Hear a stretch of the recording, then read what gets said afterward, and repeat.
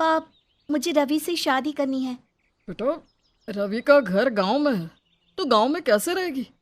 और उस देहाती के पास है ही क्या? पापा, आप उसे देहाती मत कहो। I love him.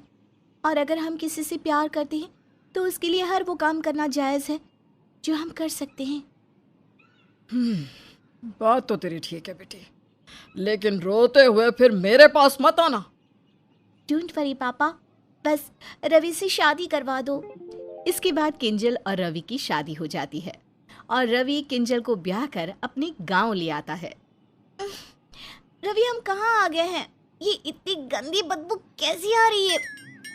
ये मेरा गांव यानी कि तुम्हारा ससुराल है किंजल, और ये बदबू नहीं, गोबर की खुशबू है। वो देखो। तभी किंजल देखती है कि एक औरत गाय का गोबर अपने हाथों से उठा रही थी। यक! गाय की पॉटी को हाथ से कौन छूता है? तुम्हारे गांव के लोग कितने गंदे हैं। कार आगे बढ़ती है और एक कच्चे घर के सामने जाकर रुकती है। कार यहाँ क्यों रुक गई? यही तो तुम्हारा ससुराल है किंजल। चलो उतरो, अब घर के अंदर चलते हैं। फिर जैसे ही किंजल कार से उतरती है उसका पैर कीचड़ में पड़ता है और उसकी हिल्स पूरी तरह गंदी हो जाती है। छी, मेरा पैर! यक! रवि डार्लिंग, ये क्या है? पूरे 20,000 की सैंडल थी ये। 20,000 की सैंडल? अब तो 20 रुपये की भी नहीं रही। Shut up! Shut up? अम्मा देखो ना, ये भाभी क्या कह रही है। अपने घर में तो कोनो शटर ही ना है। रवि, कौन है ये बदतमीज लड़की? मेरे 20,000 के सैंडल का मजाक बना रही है। चुप रहो, मेरी बहन है। आओ आओ बहुरिया, नए ससुराल में तुम्हारा स्वागत है। माफ करना, ये तुम्हारी ननद ना थोड़ी सी पगलेट है। कोई बात नहीं मम्मी जी। फिर सास धूमधाम से बहू का गृह प्रवेश करती है और सारी रस्में पूरी करती है। वहीं अगले दिन, बहू जल्दी से तैयार हो जा, आज तेरी मुंह दिखाई है। जी माँ जी, बस तैयार हो ही गई हूँ। थोड़ी देर बाद जब बहू बाहर आती है तो सभी उसे देखकर हैरान हो जाते हैं। रोमा बहन, बहू की मुंह दिखाई है या टांग दिखाई? मुंह से पहले तो इसकी गोरी टांगों पर नजर जा रही है। सही कह रही हो बहन, पहले ही पता होता कि टांग दिखाई है तो टांगों को ढकने के लिए तोहफा लाते। खैर, अब मुंह दिखाई हो या कुछ और, सभी तो दिख रहा है। जितनी गोरी इसकी टांगे है ना, तुम तीनों को मिलाकर भी इतना गोरा तुम्हारा मुंह नहीं है। जिस काम के लिए बुलाया है वो करो। बड़ी आई मेरी बहू का मजाक बनाने वाली। बहू, दर्जी ने गलती से कपड़ों का नाप कम ले लिया होगा, है ना, इसीलिए कपड़े ऐसे हैं। खैर कोई ना, मैं चुनरी से तेरा सर ढक देती हूँ, कल से तू साड़ी ही पहनना है। जिसके बाद सभी मुंह दिखाई की रस्म पूरी करते हैं और कुछ देर बाद सभी अपने घर चले जाते हैं। अगले दिन, बहू तो कौन से दर्जी से कपड़े सिलवाती है? तेरे सारे कपड़ों का गलत नाप लिया है उसने। अरे इससे बड़े कपड़े तो हमारे यहाँ सुबुनी पहनती है। ये सुबुनी कौन है माँ जी? अरे परसों हमारे गाय ने बच्चा दिया है ना, वो। इतना सुनते ही किंजल दिल मिला जाती है। पहली बात तो ये डिजाइनर कपड़े हैं, इसे कोई दर्जी नहीं सिलता। It's fashion. और आज के बाद मेरी तुलना किसी गाय के बच्चे से मत करिएगा। तो पता नहीं बहुरानी बुरा क्यों मान गई, सच्ची तो कहा है हमने। दोपहर में रीना उपले बना रही होती है। छी रीना, तुम ये गाय की पॉटी हाथ में लेकर क्या कर रही हो? भाभी, ये गाय की पॉटी नहीं, गोबर है। इससे उपले बना रही हूँ, चूल्हे में लगाकर खाना बनाने के काम आते हैं ये। छी, तुम लोग कितने गंदे हो। गाय की पॉटी से खाना बनाकर खाते हो? छी छी छी छी। मैं तो नहीं खाने वाली ऐसा खाना। और क्या क्या करते हो तुम लोग? इस गांव के लोग तो नमूने हैं एकदम। गाय की पॉटी खाते हैं, घर में लगाते हैं और पता नहीं क्या क्या करते होंगे। अरे बहू, तू ये क्या बकवास किए जा रही है?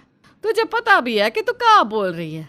गाय हमारी माता है और यही हमारा सबसे बड़ा धन है। हम गाय के बारे में एक लफ्ज और नहीं सुन सकते।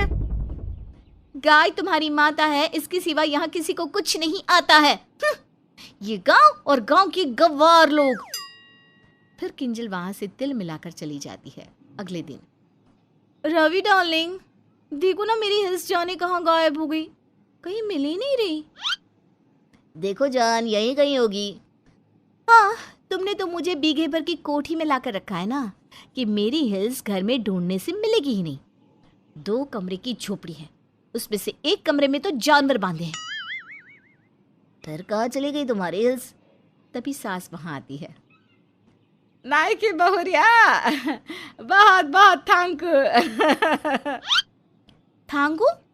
नहीं नहीं, वो थैंक यू होता है। वैसे आप मुझे थैंक्स क्यों कह रही हो? अरे आपने रज्जो है ना, रज्जो। अरे वही गाय हमरी, उसकी बच्चिया बार बार खूंटे से भाग जाती थी। हाँ, तो उसमें मैंने क्या किया? अरे तुम जो खूंटी बांध कर घूमती थी ना, हमने उसी में बांध दिया उसको। अब मजाल है वो भाग जाए, बंदी पड़ी है उसमें। इसीलिए हम तुमका थांकू बोले। देहाती गवार हो आप, एक नंबर की।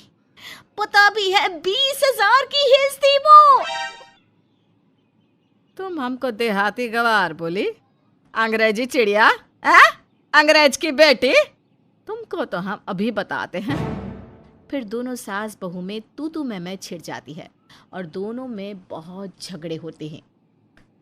अरे बस करो आप दोनों, कुत्ता बिल्ली की तरह लड़े जा रही हो।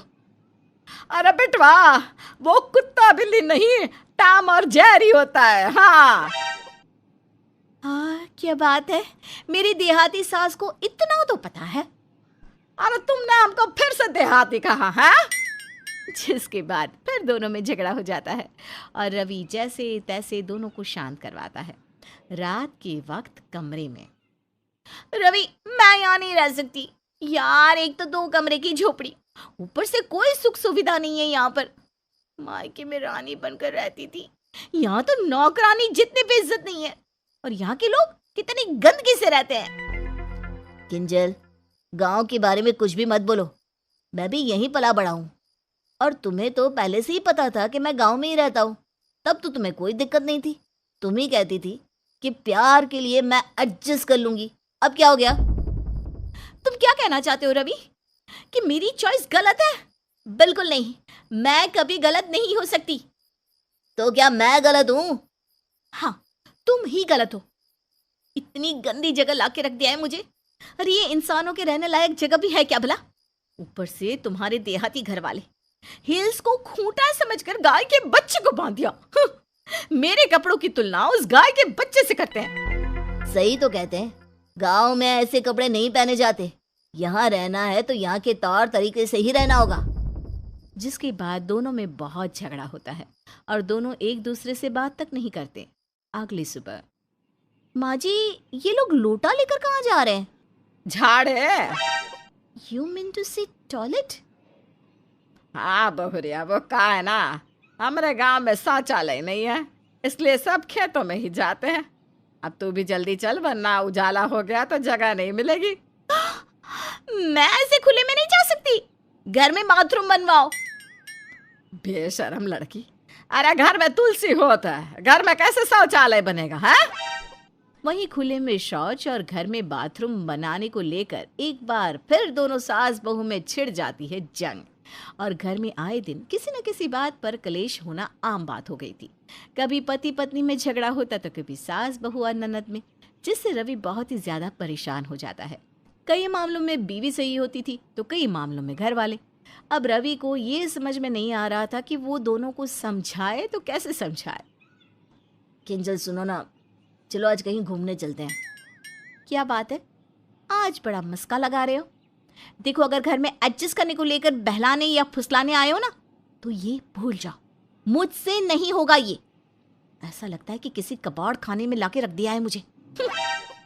आई नो डार्लिंग, तुम्हें कितना बुरा फील होता होगा, इसीलिए मैंने एक प्लान बनाया है। कैसा प्लान? हमारे पूर्वजों की एक पुरानी हवेली है, माँ ने उसे किराए पर दे रखा है ताकि लाखों का रेंट मिल सके। तो हम वहां क्यों नहीं रह सकते? अरे वही तो बताया मैंने माँ को, लेकिन लाखों का रेंट मिलता है ना, इसलिए माँ वहाँ रहने के लिए कभी नहीं मानेंगी। उनको मनाने का एक ही तरीका है जो तुम कर सकती हो। पर वो काफी मुश्किल है। अरे तुम बताओ तो सही, मैं सब करूंगी। तभी रवि किंजल के कान में कुछ कहता है। नेवर, कभी नहीं हो सकता ऐसा। तो रानी बनकर महलों में रहने का सपना सपना ही समझो। अच्छा ठीक है, मैं ये सब करने को तैयार हूँ, लेकिन बस 6 महीने तक। अगर 6 महीने में तुम्हारी माँ नहीं मानी तो ठीक नहीं होगा, समझ लेना। तुम मान गई ना मेरी जान, माँ भी मान जाएंगी। वहीं अब रवि अपनी माँ के पास जाता है। माँ, किंजल आपसे बहुत लड़ती है ना?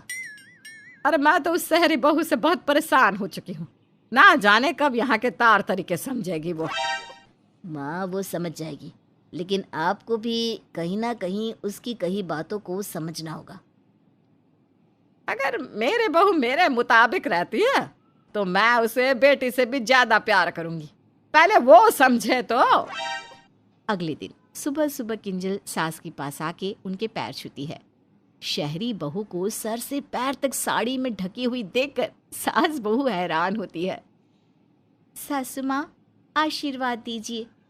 अरे जग जग जियो बहुरिया। सासू माँ, आज मैंने अपने हाथों से नाश्ता बनाया है, टेस्ट करके बताना कैसा बना है। एक ही दिन में इतना बदलाव? अरे जो लड़की घुटने के नीचे कपड़े नहीं पहनती थी, आज मेरे लिए नाश्ता लेकर घुटने पर बैठी है।